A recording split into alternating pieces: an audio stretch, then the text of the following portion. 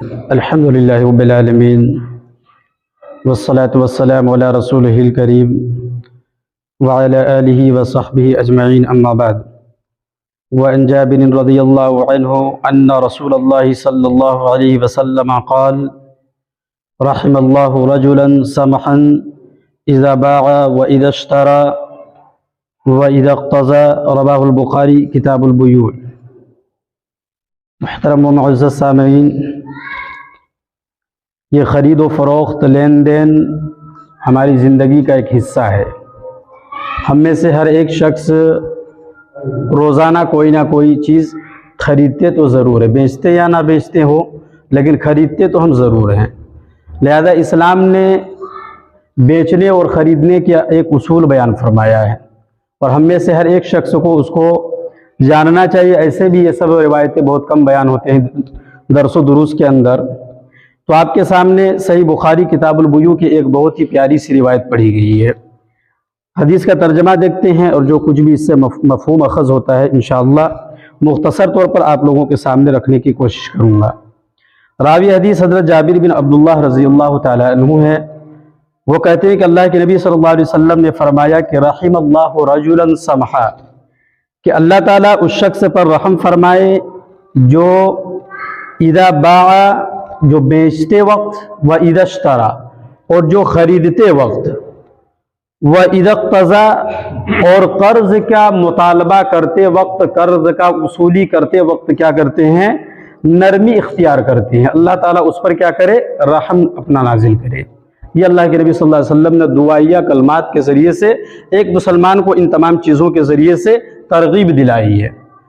تو آئیے مفہوم کیا ہے اس حدیث کا؟ اس حدیث کا مطلب کیا ہے؟ نرمی اختیار جو کرنے کے لیے کہا ہے کہ بیچتے وقت اور خریدتے وقت، اس کا کیا مفہوم ہے؟ تو اس کا مطلب یہ ہے کہ خریدتے وقت نرمی اختیار کرنے کا مطلب یہ ہے کہ آپ جب بھی کسی دکاندار سے کوئی سامان خریدے تو اس کے ساتھ آپ کا رویہ یا معاملہ ایسا ہونا چاہیے کہ دکاندار کو کوئی نقصان نہ ہو۔ بہت سارے لوگ کو دیکھتے ہوں گے، ہم جب مارکیٹ جاتے ہیں، دکان میں سامان خریدنے جاتے ہیں، جب دکاندار سے سامان لیتے ہیں اور جب تول رہے ہوتے ہیں تو کیا کرتے ہیں؟ جب وہ بٹخرے پر وزن کر رہے ہوتے ہیں سامان دکاندار، تو اس پر کیا کرتے ہیں؟ مزید ڈالتے ہیں، جبکہ وہ بٹخرا صحیح ماپ پر پہنچ چکا ہوتا ہے، اور مزید کیا کرتے ہیں؟ ہم میں سے بہت سارے لوگ کیا کرتے ہیں؟ اس پر اور چڑھا دیتے ہیں۔ آلو مثلا خرید رہا ہوتا ہے، اب کانٹا بالکل برابر ہو چکا ہے، پھر ہم مزید ایک آلو اس پر چڑھا دیتے ہیں۔ ہم کوئی اور اسی طرح پیاز لینا ہوتا ہے، مزید ہم ایک دو پیاز رکھ دیتے ہیں، ٹماٹر مزید ایک دو رکھ دیتے ہیں۔ اس طرح سے کیا ہوتا ہے؟ دکاندار کو نقصان ہوتا ہے، کیونکہ وہ تو خرید کر لیتے ہیں، جہاں سے لاتے ہیں وہ تو پورا لیتے ہیں، اور ہم اور آپ جب اس طرح سے لیتے ہیں 10-20 گرام جب بڑھا لیتے ہیں تو جب وہ دن بھر سودا بیچتا ہے تو اس کا بہت زیادہ نقصان ہو جاتا ہے۔ تو اللہ کے نبی صلی اللہ علیہ وسلم نے اسی چیز کو بیان فرمایا ہے، کہا کہ تم کیا کرو، کوئی بھی چیز خریدو دکاندار سے تو اس میں نرمی اختیار کرو، اور نرمی اختیار کرنا یہ ہے کہ تم دکاندار کو کوئی نقصان مت پہنچاؤ۔ اسی طرح سے خریدنے اور ایک بیچنے کے وقت اللہ کے نبی صلی اللہ علیہ وسلم نے کہا کہ کیا کرو، تم نرمی اختیار کرو۔ تو بیچنے کے وقت نرمی اختیار کرنے کا مطلب یہ ہے کہ آپ جس گاہک کو، دکاندار جس گاہک کو سامان بیچ رہا ہو تو سامان تو سب سے پہلی ہے کہ اس کو مکمل دے، پورا وزن کے ساتھ دے، اس پر ڈنڈی نہ مارے، اور اس طرح سے گاہک کو کوئی نقصان نہ پہنچائے۔ اسی طرح سے اس کو اور ایک انداز یہ اختیار کرنا چاہیے کہ جب دکاندار سودا بیچتا ہے اور سامنے والا اگر اسے ضرورت نہیں ہے اس سودا کا، یا کوئی نقص اگر اس سودے کے اندر اس کو پا گیا تو اسے کیا کرے؟ اسے واپس لے لے، اسے لوٹا لے، یا پھر اگر نرمی اختیار کرنے کا یہ مطلب یہ ہے کہ اگر اس نے اس سودے کے اندر اگر کوئی عیب واقع نہیں بھی ہے، اور اگر پھر بھی اگر اس کو واپس کر لیتا ہے دکاندار، تو یہ اس کے ساتھ نرمی اختیار کرنا ہے۔ البتہ یہ ہے کہ شریعت نے اگر آپ کوئی سامان کسی سے خریدے ہیں اور خریدنے کے بعد اگر اس سامان کے اندر کوئی عیب واقع نہیں ہے، کوئی عیب نہیں پایا جا رہا ہے، تو اب دکاندار پر اختیار ہے کہ آپ جب اس سامان کو دکان تک پہنچاتے ہیں کہ بھائی یہ تو سامان میں نے غلطی سے خرید لیا تھا، لیکن میں گھر جانے کے بعد پتہ چلا کہ یہ سامان تو میرے گھر میں ہے یا اس کی ضرورت نہیں ہے، لہٰذا آپ کیا کیجئے؟ اس سامان کو واپس کر لیجئے۔ اب یہ دکاندار پر ڈیپینڈ کرتا ہے کہ دکاندار اگر لوٹانا چاہے تو لوٹا لے، اگر نہ ہی بھی لوٹانا چاہے تو شریعت نے اس پر مجبور نہیں کیا ہے، کیونکہ آپ کو سودا اس نے صحیح دیا ہے۔ البتہ اگر اس کو لوٹا لے تو اس کے وہ بہتر ہے. یہ نرمی اختیار کرنا ہے سودے کے اندر. اور اللہ کے نبی صلی اللہ علیہ وسلم نے اس کی فضیلت کا بھی ذکر فرمایا, اور کتنی بڑی فضیلت کا ذکر فرمایا. آئیے ہم ایک حدیث سنتے ہیں, صحیح ابو داؤد کی روایت ہے. اللہ کے نبی صلی اللہ علیہ وسلم کہہ رہے کہ من اقال مسلمن اقالہ اللہ اسرتہ, کہتے ہیں کہ جو کسی مسلمان بھائی کا سودے کو واپس کر لیتا ہے, بیچا ہوا سامان کو واپس کر لیتا ہے, تو اللہ تعالیٰ کل قیامت کے دن اس کے گناہوں کو, اس کے خطاؤں کو معاف فرما دے گا. اللہ اکبر. اتنی بڑی فضیلت اللہ کے نبی صلی اللہ علیہ وسلم نے کہا کہ اگر سامان بیچتا ہے اور بیچنے کے بعد اگر واپس کر لیتا ہے, اگر اس کی ضرورت اگر نہیں ہے, اور اگر پھر واپس لوٹا لیتا ہے, تو اللہ رب العالمین قیامت کے دن اس کو گناہوں کو معاف فرمائے گا. یہی روایت کچھ زیادتی کے ساتھ صحیح ترغیب و ترہیب کے اندر بھی موجود ہے. ایک صحابی رسول کا واقعہ آتا ہے, ہمیں اور آپ کو ان واقعوں کو سامنے رکھنا چاہیے. بر وقت ان کا نام مجھے خیال نہیں آ رہا ہے, لیکن واقعہ صحیح ہے. وہ صحابی رسول اللہ کے نبی صلی اللہ علیہ وسلم سے اس حدیث کو سنتے, جو حدیث آپ کے سامنے پڑھی گئی کہ قیامت کے دن اللہ رب العالمین کیا کرے گا, اس کے گناہوں کو معاف فرما دے گا. وہ صحابی رسول بہت بڑا تاجر تھا.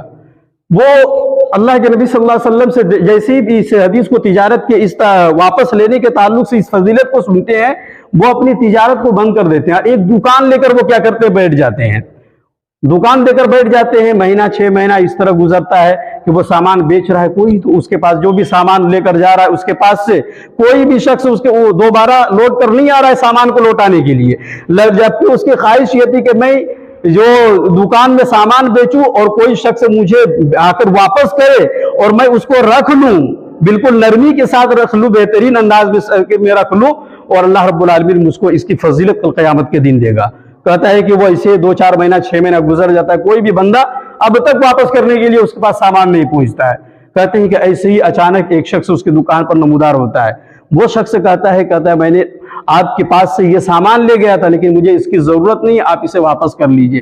وہ صحابی رسول کہتا ہے کہ سب سے پہلے تو آپ اس کو بہترین طریقے سے اس کو بیٹھاتا ہے اپنی دکان کے پاس. کہتا ہے آپ بیٹھیے, اور خاطرداری کرتا ہے. کہتا ہے کہ آپ بیٹھیے, وہ تو سامان لوٹانے کی دور ہے, وہ بعد کی بات ہے, آپ بیٹھیے پہلے. اور اس کو بالکل خاطرداری کے ساتھ بیٹھاتے ہیں اور کہتے ہیں کہ اب لائیے. اسے جو بھی چائے پانی کروانا رہتا ہے, کروانے کے بعد اس سے سامان کو واپس لیتے ہیں اور اس کو گھر بھیج دیتے ہیں. اور اس کے بعد اس دن سے کیا کرتے ہیں, وہ دکان کو بند کر دیتے ہیں. کہتے ہیں کہ میں نے جس مقصد کے تحت دکان کھولا تھا, اللہ رب العالمین نے مجھے اس مقصد میں کامیابی دی ہے.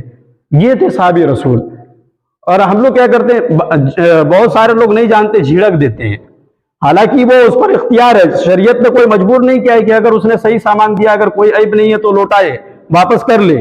لیکن اگر لوٹاتا ہے تو اس حدیث کے تحت اس حدیث کے دائرے میں آتا ہے کہ اللہ رب العالمین کل قیامت کے دن اس کے گناہوں کو, اس کو خطاؤں کو معاف فرمائے گا. اسی طرح صلی اللہ کے نبی صلی اللہ علیہ وسلم نے کہا کہ اگر کوئی قرض کی وصولی کرتا ہے تو کیا کرے, اس کے اندر بھی نرمی اختیار کرے. اگر آپ نے کسی کو قرض دیا ہے اور اگر وہ ادا کرنے میں اگر اس سے تاخیر ہو رہی ہے, آپ اس سے مطالبہ کریں تو آپ کا رویہ انداز اچھا ہونا چاہیے. آپ ادب والا انداز آپ اس سے اختیار کریں اور ادب کے دائرے سے باہر نہ آئے. اور اگر وہ شخص غریب ہے, آپ نے جس کو قرض دیا ہے وہ اگر غریب ہے, وہ ادا نہیں کر پا رہا ہے آپ کے بار بار مطالبہ پر, اور آپ کو لگ رہا ہے کہ یہ بندہ ادا نہیں کر پائے گا, تو آپ اللہ کی رضا کے لیے معاف کر دیجئے.